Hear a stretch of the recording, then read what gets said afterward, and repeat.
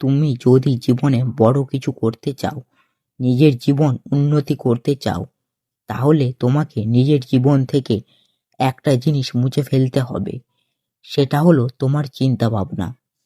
মানুষের চিন্তা ভাবনা হচ্ছে এমন জিনিস যা মানুষকে ভেতর থেকে ধ্বংস করে দিতে পারে, যা তোমাকে উন্নতির বদলে অবনতির দিকে ঠেলে দিতে পারে।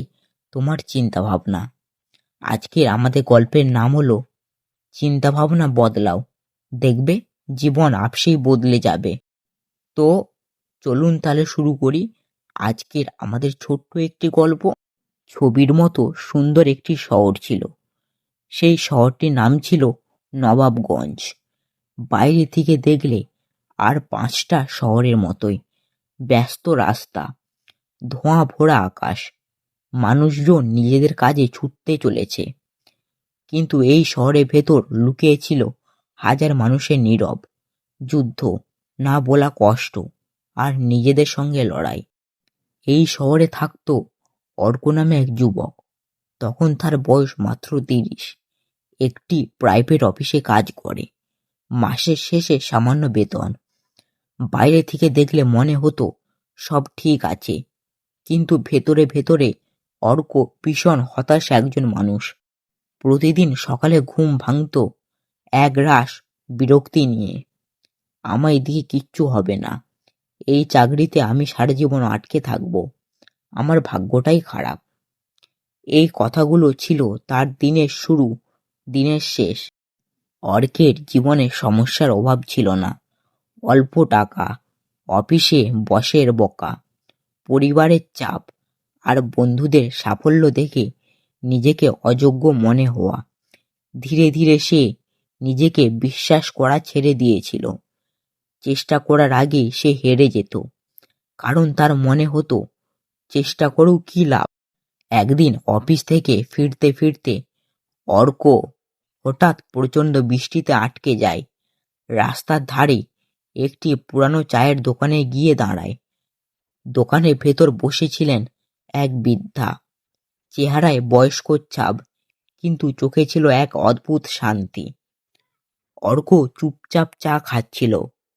বৃদ্ধা হঠাৎ বললেন, বৃষ্টি থামবে কি না জানি না, কিন্তু মনটা ভিজে থাকলে জীবনটা শুকায় না। অর্ক একটু অবাক হয়ে তাকালো। আপনি কি বলতে চাইছেন? সে জিজ্ঞাসা করল। বৃদ্ধা হালকা হাসলেন, তারপর বললেন, আমি বলতে চাইছি মানুষের জীবন আসলে তার চিন্তার মতোই হয়। যে যেমন ভাবে ভাবে, তার জীবন তেমন ভাবেই গড়ে ওঠে। অর্ক দীর্ঘশ্বাস ফেলে বলল, কিন্তু ভাবলেই তো সব বদলে যায় না, আমার জীবন তো বদলাচ্ছে না। বৃদ্ধা শান্ত গলায় উত্তর দিলেন, কারণ তুমি বদলাতে চাইছো না, তুমি শুধু অভিযোগ করছো। অর্ক এই কথাটা তার বুকের ভেতর আঘাত করল। বৃদ্ধা বললেন, একটা কথা মনে রেখো, পরিস্থিতি বদলানোর আগে যদি চিন্তা বদলাও, পরিস্থিতি নিজে থেকেই বদলাতে শুরু করবে। সেদিন বাড়ি ফিরে অর্ক ক্ষণিকের ঘুমাতে পারল না। তার মাথার ভেতর শুধু একটি প্রশ্ন ঘুরছিল, আমি কি সত্যি অযোগ্য মনে করছি? পরের দিন সকালে অর্ক প্রথমবার আলাদাভাবে দিনটা শুরু করলো। আগের মতো বলতো না, আমার দ্বারাই কিচ্ছু হবে না, বরং সে এবারে বলল, আজ একটু ভালো করার চেষ্টা করব। চেষ্টাটা ছিল ছোট, কিন্তু মনোভাব বদলেছিল। অফিসে গিয়ে সে মন দিয়ে কাজ শুরু করলো। ভুল হলে হতাশ না হয়ে সে শেখার চেষ্টা করলো। বসের কথাগুলোকে অপমান না ভেবে পরামর্শ হিসাবে নিল। কাজের শেষে বাড়িতে ফিরে ইউটিউবে নতুন কিছু শেখা শুরু করলো, যেটা সে বহুদিন আগে করতে চাইছিল, কিন্তু ভয়ে শুরু করেনি। দিনের পর দিন এই ছোট পরিবর্তন চলতে থাকলো।